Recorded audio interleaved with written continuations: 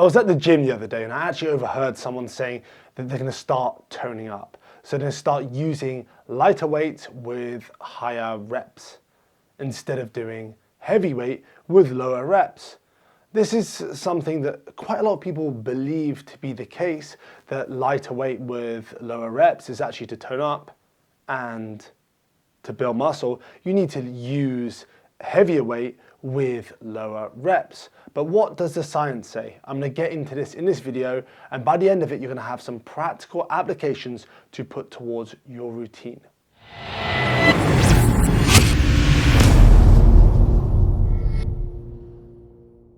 So the first relevant study I could find was a 2012 paper by Stuart Phillips, so Phillips et al., and they looked at the difference in muscle growth between using high reps with lighter weight and lower reps with heavier weight.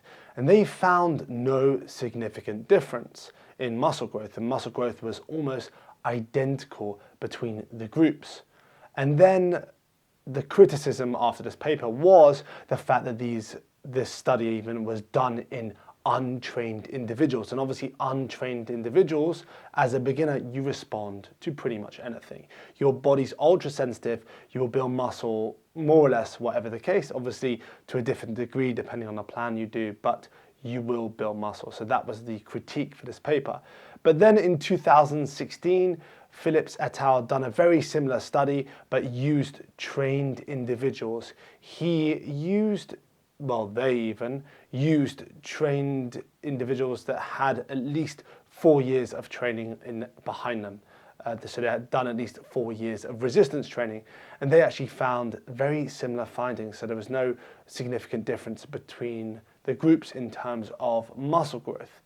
And since then, many studies have found the exact same thing. As long as the volume is matched and the sets are taken close to failure, there is very similar muscle growth between higher reps and lighter weight and lower reps and heavier weight.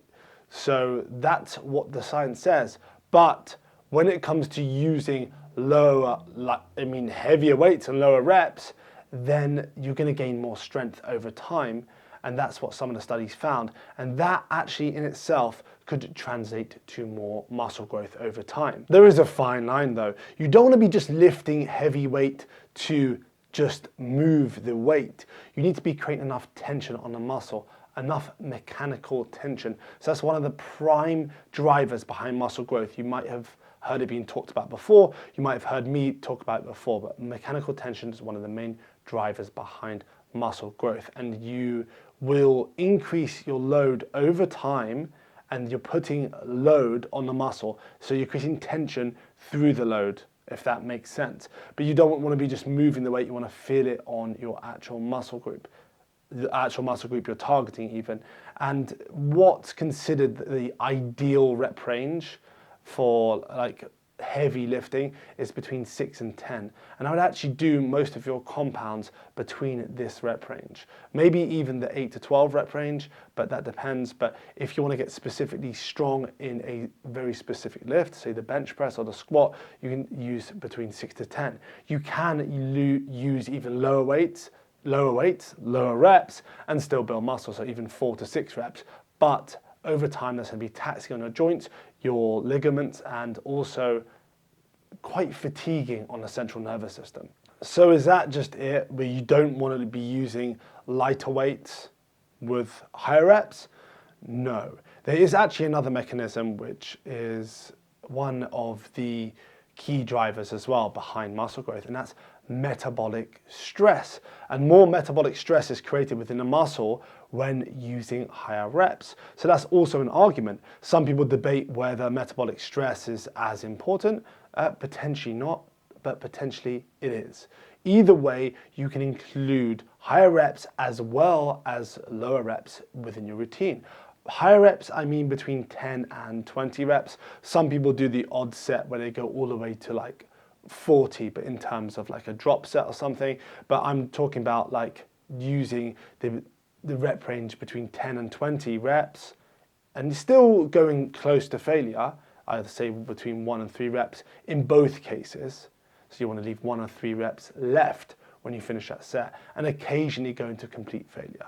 But you can include the high reps in more isolated movements, such as obviously training arms, training like the lateral head of the delt. So when you're doing like lateral raises, you can use it. When you're doing like more isolated moves to the chest, such as like cable flies, cable crossovers, like pec deck flies, machine flies, whatever you're using, if it's more isolated, you probably want to go into the higher rep range. It also significantly decreases your chance of injury, and a lot of people find they get way more of a pump.